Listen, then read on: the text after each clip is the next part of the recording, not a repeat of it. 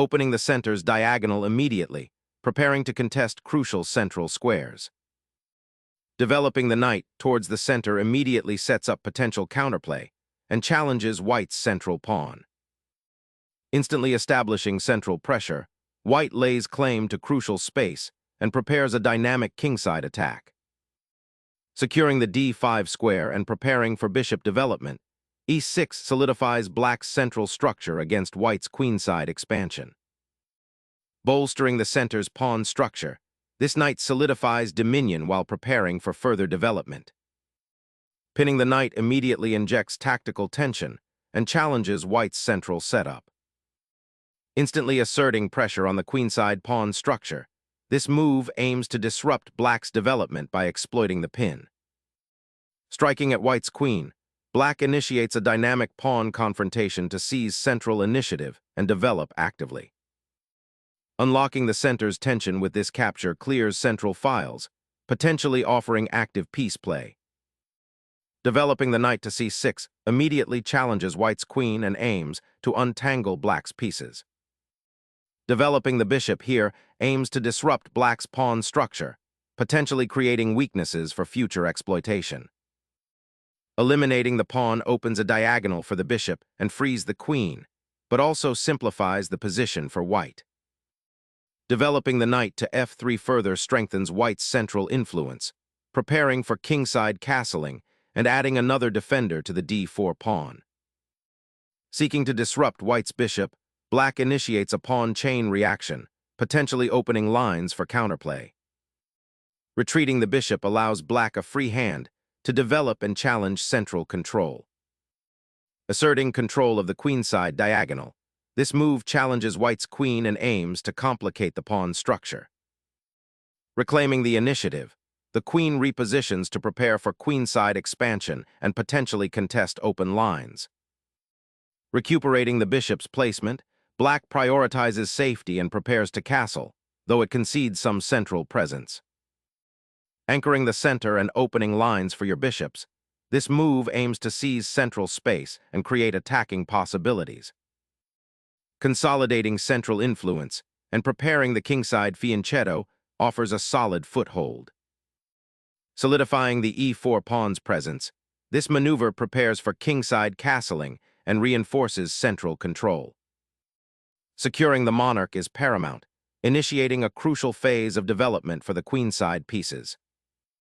Simplifying the pawn structure and activating the rooks is a sound positional decision. Expanding on the queen side, black prepares to contest the b4 square and gain a bit more room. Securing the d-file allows for potential central pawn advances and increased piece activity. Solidifying the d-file presence with the rook, preparing for potential advances or defensive maneuvers in that crucial central corridor. Preparing to contest the d-file with doubled rooks, solidifying central influence and eyeing potential pawn advances. Re-establishing the bishop on its fianchetto diagonal opens up the e-file for future pressure and supports a potential queenside expansion. Reinforcing the d-file now, preparing for a potential central breakthrough or pressure on black's queenside structure. Repositioning the bishop to a more passive square, this piece might struggle to find active play on the queenside. Repositioning the bishop here aims to intensify pressure on the queenside, potentially preparing a future pawn push or piece sortie. Intending to reroute the knight to a more active square, this maneuver seeks to contest the queenside. Suddenly, centralizing the knight opens lines and pressures the queen's retreat, forcing black to clarify their piece's roles. Concentrating the rooks along the open files offers a powerful counterthrust against white's central pressure. Solidifying the queenside pawn structure while preparing for potential queenside expansion or defending against black's knight. Solidifying the queen's position, this move seeks to escape white's pressure and prepare for potential counterplay on the queen side. Probing the queen side, this gambit aims to seize initiative by challenging black's pawn structure and potentially opening lines for attack. Suddenly, the knight on c6 finds itself boxed in, potentially becoming a target for white's advancing pawns. Clearing the way to dominate the d-file, white simplifies and aims to exploit the isolated c-pawn's weaknesses. Accepting the trade simplifies the pawn structure, creating a more open position for your pieces to maneuver. Reinforcing the pawn chain and preventing kingside infiltration begins here.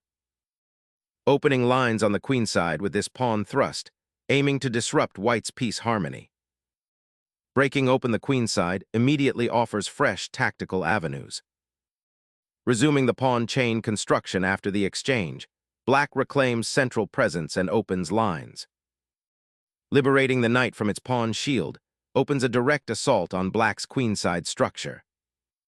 Seizing material with the queen risks isolating it and exposing it to white's coordinated pieces.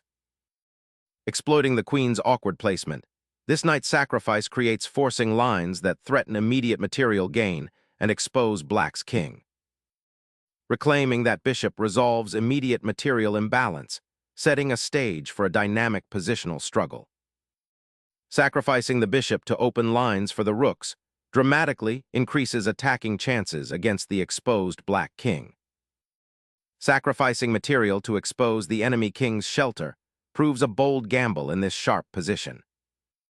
Sacrificing the queen to shatter black's pawn structure and secure an open file for your rook. A desperate attempt to inject life into a lost pawn structure, potentially opening lines for counterplay. Trading queens simplifies the position, offering white a clear advantage in material and activity on the open files. Reclaiming the knight, black enters a more straightforward endgame, aiming to exploit white's potentially scattered pawns and activate their rook. Simplifying to a knight and pawn endgame, white gains a slight advantage from the open d-file.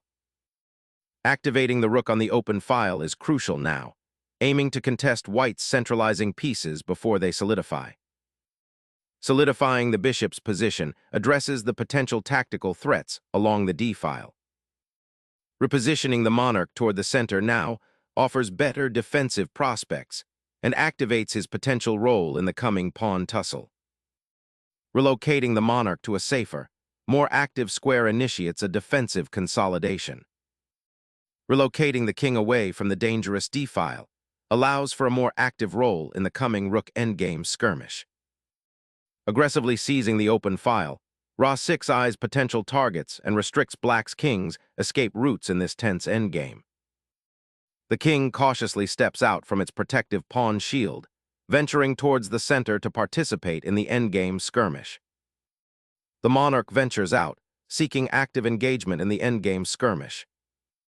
Centralizing the monarch is a bold endgame gamble, but it risks overexposure on the now open center. The king bravely ventures forward, embracing an active endgame role and aiming to disrupt black's pawn structure. Unveiling the king, black opens up new tactical avenues and potentially creates counterplay, but sacrifices king's safety. Guarding the file with the rook forces black's king to move, offering white increased control and a more active position in this endgame. Consolidating the king into the center is a reasonable choice, aiming to participate in the endgame action. The king boldly ventures forth, seeking active participation in the unfolding endgame dynamics. Fortifying the kingside pawn structure aims to prevent white's king from penetrating, though it creates a pawn island. Force the black king further into the open, potentially creating weaknesses around his exposed monarch.